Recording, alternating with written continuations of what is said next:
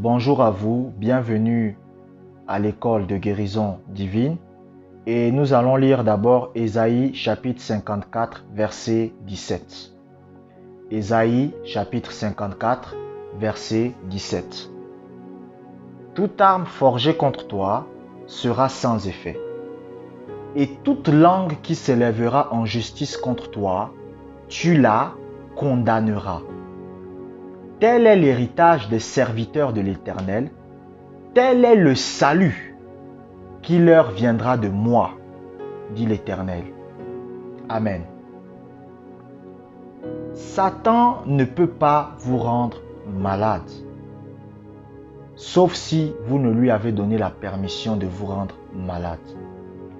La Bible dit, toute arme forgée contre toi sera nulle et sans effet. Ça veut dire que lorsque vous êtes quelqu'un qui est soumis à Dieu, soumise à Dieu, Satan ne pourra pas garder la maladie dans votre corps, peu importe ce qu'elle est.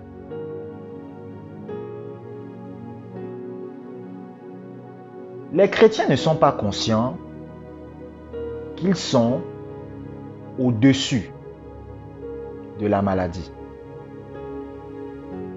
Ils ne sont pas conscients, vous comprenez, que Satan est sous leurs pieds.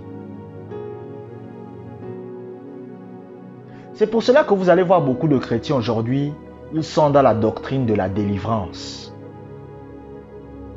La Bible dit qu'il nous a délivrés de... Je ne sais pas pourquoi les chrétiens n'arrivent pas à comprendre la Bible. Pourtant c'est clair, hein? C'est clair. En fait, je ne sais pas pourquoi les chrétiens aiment réfléchir, combattre pour des choses qui sont claires. La Bible dit, il nous a délivrés de la puissance des ténèbres. Il nous a délivrés. Mais vous allez voir les chrétiens qui vont dire, j'ai besoin de délivrance. Un chrétien.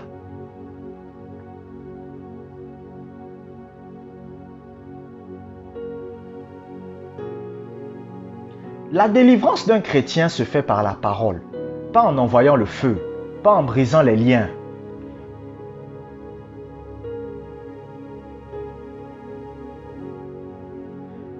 Satan est sous vos pieds, Satan est en dessous de vous. Mais maintenant, la force de Satan pour vaincre les chrétiens, c'est qu'il les maintient dans l'ignorance de la parole de Dieu. Le but de Satan, c'est que vous soyez ignorants de ce que la parole de Dieu dit. C'est ça le but du diable.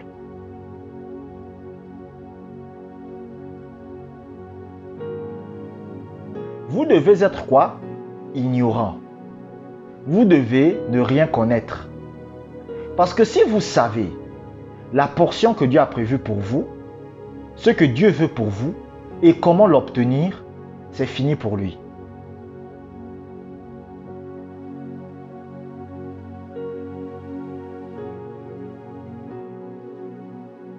Satan n'a pas la capacité. Écoutez, ne mettez pas les sorciers sur un piédestal, les magiciens, les pratiquants occultes, les gens qui font de la sorcellerie.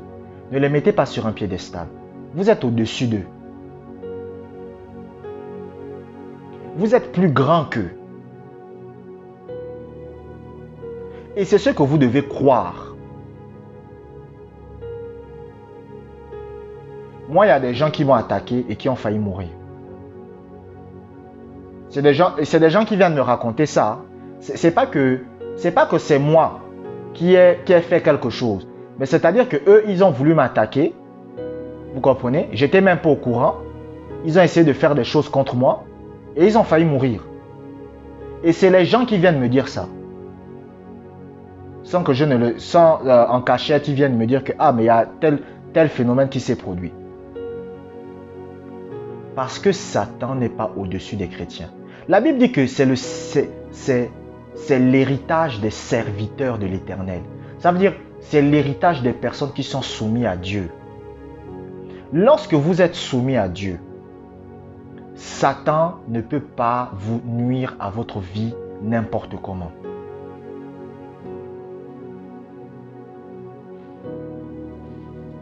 C'est pour ça le fait que vous soyez guéri de votre maladie dépend de vous. Ça dépend, oh mon Seigneur, ça ne dépend pas de Dieu seulement. Ça ne dépend pas de Dieu seulement. Ça dépend aussi de vous.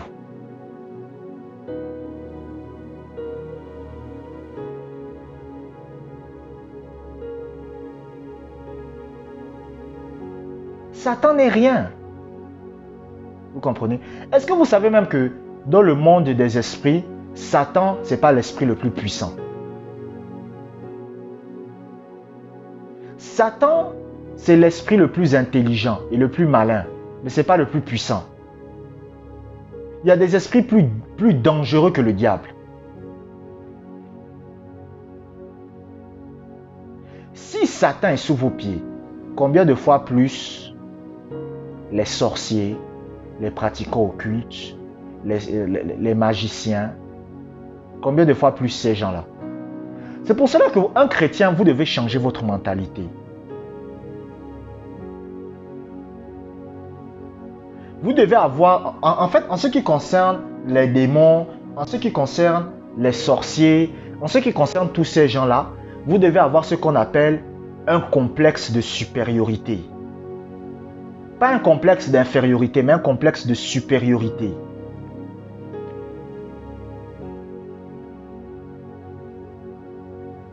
Un chrétien, vous vous faites attaquer par un sorcier pour vous rendre malade. Écoutez, quelqu'un comme moi, il n'y a pas des histoires de retour à l'envoyeur, les trucs comme ça.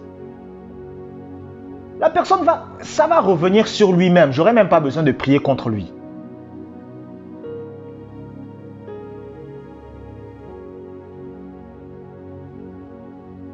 C'est-à-dire si quelqu'un fait la sorcellerie contre moi, en cachette, pour me nuire, cette sorcellerie-là va se retourner contre lui-même. Même si je ne suis pas au courant. Parce que c'est ce qu'on appelle l'héritage des serviteurs de l'Éternel. Ça veut dire l'héritage des personnes qui sont soumises à Dieu. Qui ont une soumission envers Dieu. Ces personnes-là, qui sont soumises à Dieu, ces personnes-là ne peuvent pas être détruites par Satan. Même si Satan essaye d'envoyer la maladie retournera. Donc, lorsque vous êtes un chrétien, si vous avez expérimenté la maladie et que maintenant vous vous soumettez à Dieu, cette maladie va partir. C'est qu'une question de temps.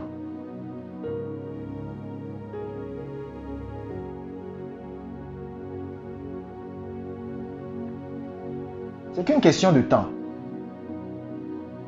Maintenant, nous allons lire un deuxième passage biblique. Nous allons lire Matthieu chapitre 8, verset 16. Le soir, on amena auprès de Jésus plusieurs démoniaques. Il chassa les esprits par sa parole et il guérit tous les malades. Et il guérit tous les malades. Vous avez l'autorité sur la maladie.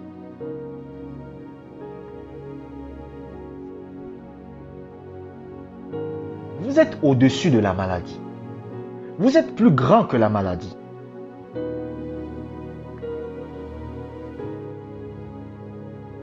Dans la Bible, il y a un passage qui dit que toute personne soit soumise aux autorités supérieures. Vous savez ce que cela signifie?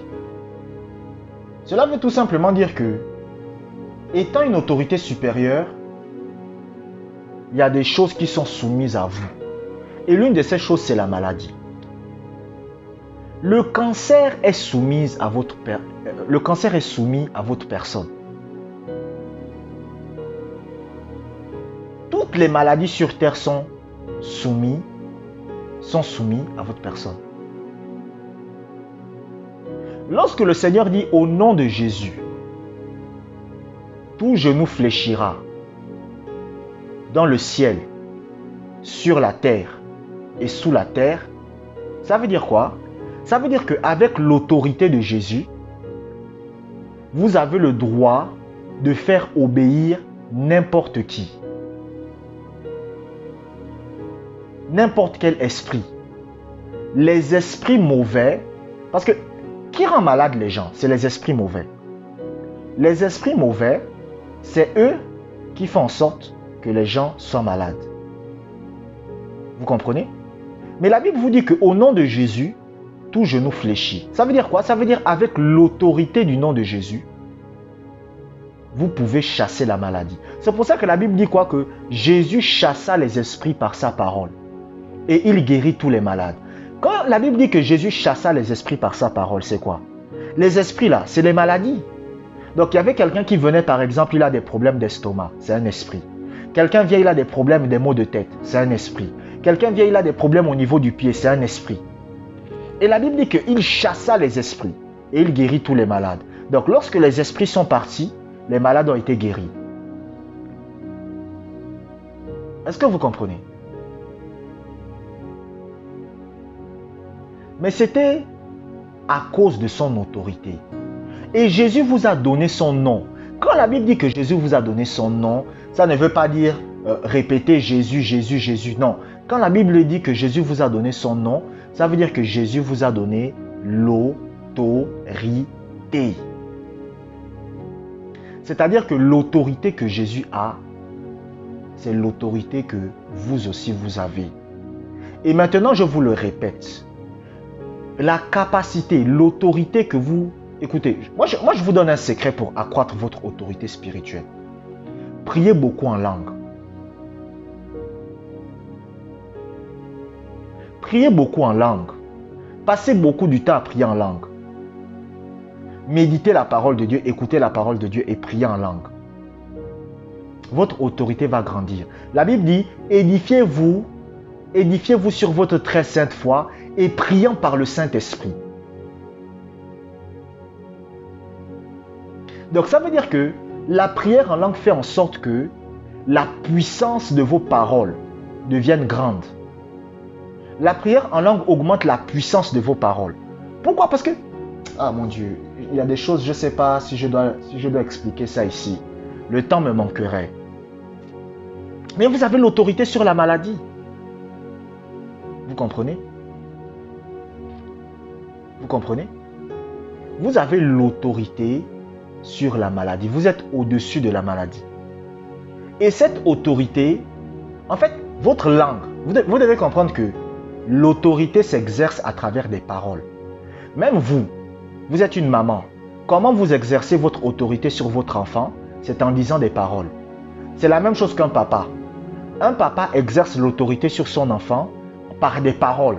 Quand vous dites à votre enfant, va te laver. Quand vous dites à votre enfant, va manger. Quand vous dites à votre enfant, va à l'école. Vous dites des paroles. Mais sauf que, lorsque vous priez en langue, votre langue, oh mon Dieu, votre langue est en train de s'adresser à Dieu. Vous comprenez? Donc vous êtes en train de consacrer votre langue au Saint-Esprit. Et lorsque maintenant vous vous mettez à donner des ordres aux esprits mauvais, c'est comme du feu qui sort de votre bouche. Les esprits mauvais sont obligés d'obéir. C'est pour ça qu'il y a un homme de Dieu, il avait dit à un esprit de maladie, il y avait un esprit qui rendait, quelqu'un avait mal à la tête. Et c'était un esprit qui faisait ça. Et l'homme de Dieu a dit à l'esprit, pars. L'esprit a dit, je n'ai pas envie de partir, mais je vais partir quand même. Donc l'esprit dit, je n'ai pas envie de partir, mais je sais que je suis obligé de partir. Et il est parti. Parce qu'il avait l'autorité sur la maladie. Mais cette autorité est venue de quoi? Parce qu'il priait beaucoup en langue. Si vous consacrez beaucoup de temps à prier en langue, votre autorité va s'accroître. Votre autorité va monter en flèche. Vous-même, vous allez commencer à constater. Si vous commencez beaucoup à prier en langue, vous allez voir que les malades, quand vous confessez votre guérison, vous allez commencer à voir que vous dites à la maladie, pars, et la maladie part au bout de 5 minutes. Vous allez être étonné. Vous comprenez? Parce que votre autorité est en train d'augmenter.